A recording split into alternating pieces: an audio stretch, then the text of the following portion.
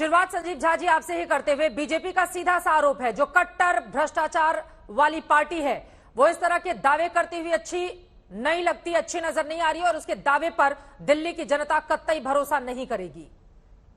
जो वारंट पर है वो गारंटी दे रहे हैं आज की।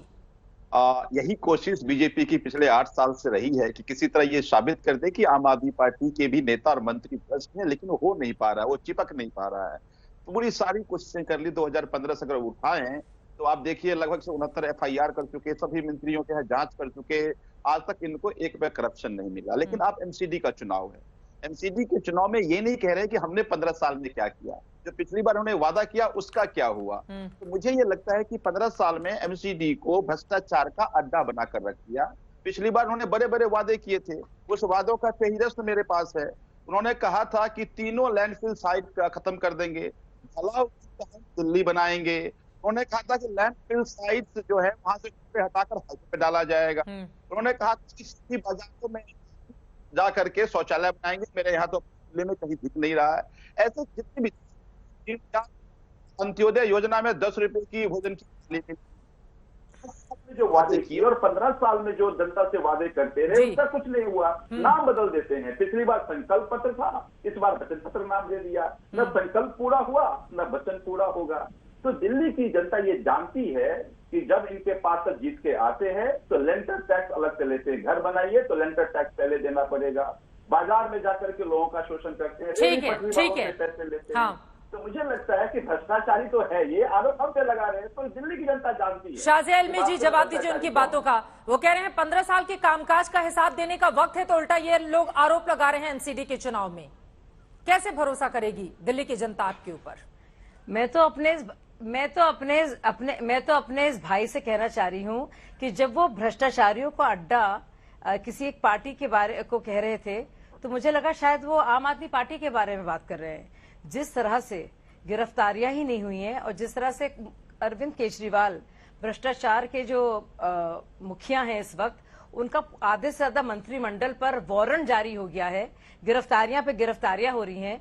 कुछ तो मंत्री लोग जेल में ही बैठे हैं, वहां पे ही उगाही का काम हो रहा है धड़ल्ले से, और वो सोचिए वो भ्रष्टाचार की बात कर रहे हैं।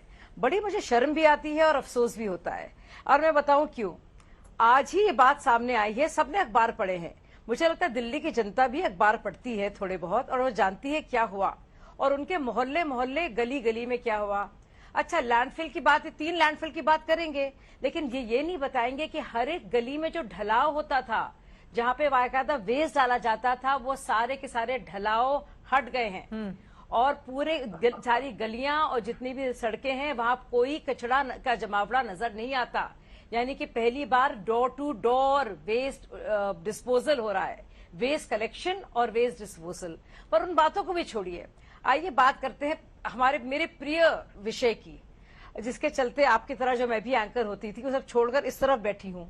और बड़े अजीबोगरीब बात है और हैरत की बात है, ये मेरे भाई कैसे मुस्कुराकर बड़े मासूमियत से बात कर रहे हैं और ये नहीं बता रहे कि किस तरह से मनीष सिसोदिया ने सितंबर 2020 को एक दिन जबकि कोविड के आड़ में पूरा देश था, वो जो महामारी थी, और जब पूरी दिल्ली की जनता भी त्रस्त थी, जिसको बाद में आकर अमित शाह जी ने, गृह मंत्री ने, जब इन्होंने हाथ खड़े कर दिए तो हमने आकर बाकायदा कोविड यूनिट से लेकर अस्पतालों से लेकर बेड्स तक को मुहैया कराया। वो बात भी छोड़िए, लेकिन किस तरह से परनो रिकॉर्ड, एक तो परनो रिकॉर्ड के मुखिया हैं ठीक है, और दूसरे औरोबिंदो फार्मा के जो डायरेक्टर भी मुखिया। नहीं सुनिए, ठीक है, नहीं कहिए चित्रा जी, सबसे बड़ी बात यह है कैसे उनके साथ मिलकर आबकारी नीति को बदलने की बात की।